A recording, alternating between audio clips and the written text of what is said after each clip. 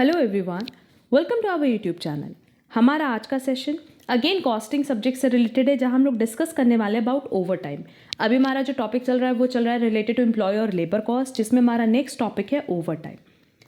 अगर अभी तक आपने हमारा कोई भी सेशन नहीं देखा है रिलेटेड टू कॉस्टिंग, तो पहले हमारा ये सजेशन होगा कि सारी क्लासेस आप लोग कवर कर लो। हमने पूरी प्लेलिस्ट बनाई है कॉस्टिंग की, उसकी लिंक आपको डिस्क्रिप्शन बॉक्स में दी गई है।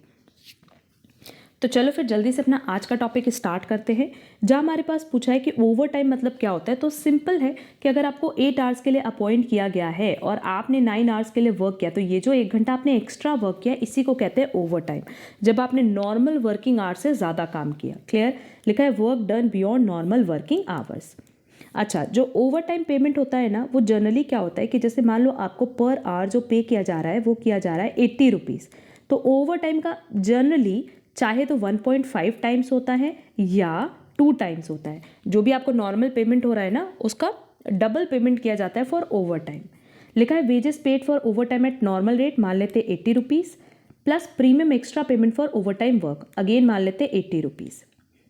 क्लियर? इसका जस्ट 100%। तो ओवर टाइम पेमेंट क्या हो गया? Total 160 rupees. क्लियर? तो ओवर टाइम पेमेंट कितना होगा? जितना भी नॉर्मल रेट है उसका डबल, जनरली हम बता रहे हैं। एंड ये जो आपको एक्स्ट्रा पेमेंट हो रही है इसको हम कहते हैं ओवर टाइम प्रीमियम। ये टर्म याद रखना कि what is over time premium, the extra amounts of paid over the normal rate. Normal rate से ज़्यादा जो आपको पे किया जा रहा है उसको हम कहते हैं ओवर टाइम प्रीमियम, क्योंकि इससे एमसीक्यूज बनता है। ओवर टाइम प्रीमियम यहाँ लिखा भी है extra amounts of paid over the normal rate. अब देखो, बहुत सारे ऐसे सिचुएशंस होते हैं जहाँ पे ओवर टाइम कराना मैंडेटरी हो जाता है। जैसे अगर वर्क की अर्जेंसी है, ज़रूरी है ओवर टाइम, तो उसको हम जॉब में डायरेक्टली चार्ज करते हैं। मतलब जैसे प्रोडक्ट ए के लिए ओवर टाइम कराया तो प्रोडक्ट ए में डायरेक्टली चार्ज कर लेंगे। दूसरा है to make up shortfall in production due to some unexpected development. किसी वजह से उतनी प्रोडक्शन नहीं हो पाई जितनी प्रोडक्शन होनी थी। जैसे आपने सोचा कि 100 यूनिट्स का प्रोडक्शन करना है, पर प्रोडक्शन हुआ ओनली 90 यूनिट्स का, तो ये जो 10 यूनिट्स की शॉर्टफॉल है इसकी वजह से आपको ओवर टाइम कराना पड़ रहा है। इसकी वजह से आपको ओवर टाइम कराना पड़ रहा है, तो इसकी ट्रीटमेंट कैसे होगी? As overhead cost of the particular cost center which works overtime. तो आप इसको कैसे चार्ज करते हो? आप इसको चार्ज करते हो ओवरहेड कॉस्ट में।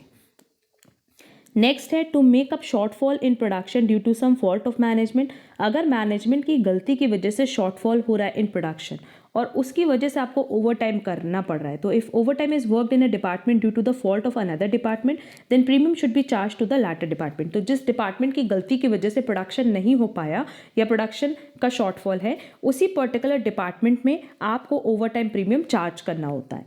एंड लास्ट है to take advantage of an expanding market or of rising demand. कई बार क्या होता है कि आपने प्रोडक्ट बनाया 100 यूनिट्स का और आपको पता चला कि इस पर्टिकुलर प्रोडक्ट की डिमांड मार्केट में बढ़ गई और 200 यूनिट्स हो गए, तो नो डाउट आप एक्स्ट्रा यूनिट्स बनाओगे। क्लियर? एक्सपैंडिंग मार्केट की वजह से। और इसको आप कहाँ चार्ज करते हो? Over time worked on account of abnormal condition जैसे कि फ्लड एक्सेट्रा। ये हमेशा चार्ज होता है कॉस्टिंग पीएल अकाउंट में। तो अगर राइजिंग मार्केट की वजह से, राइजिंग डिमांड की वजह से आप प्रोडक्शन बढ़ा रहे हो, उसकी वजह से आप ओवर टाइम करा रहे हो, तो उसको कॉस्टिंग पीएल में चार्ज किया जाता है। क्लियर? तो ये तो कॉजेज एंड ट्रीटमेंट था।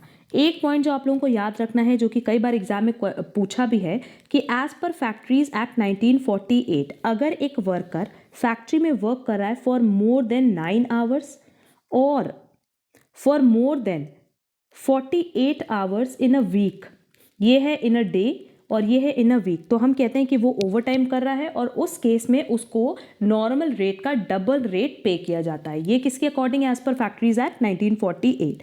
ये पॉइंट हम रिपीट करें कि एज पर फैक्ट्रीज एक्ट 1948, अगर कोई भी वर्कर फैक्ट्री में वर्क कर रहा है एक दिन में 9 घंटे से ज़्यादा या एक हफ्ते में 48 घंटे से ज़्यादा, तो ये माना जाता है कि वो ओवर टाइम कर रहा है। एंड क्योंकि वो ओवर टाइम कर रहा है, इसीलिए जो उसको रेट पे किया जाता है वो नॉर्मल से 2 गुना पे किया जाता है, दैट इज डबल पे किया जाता है। क्लियर?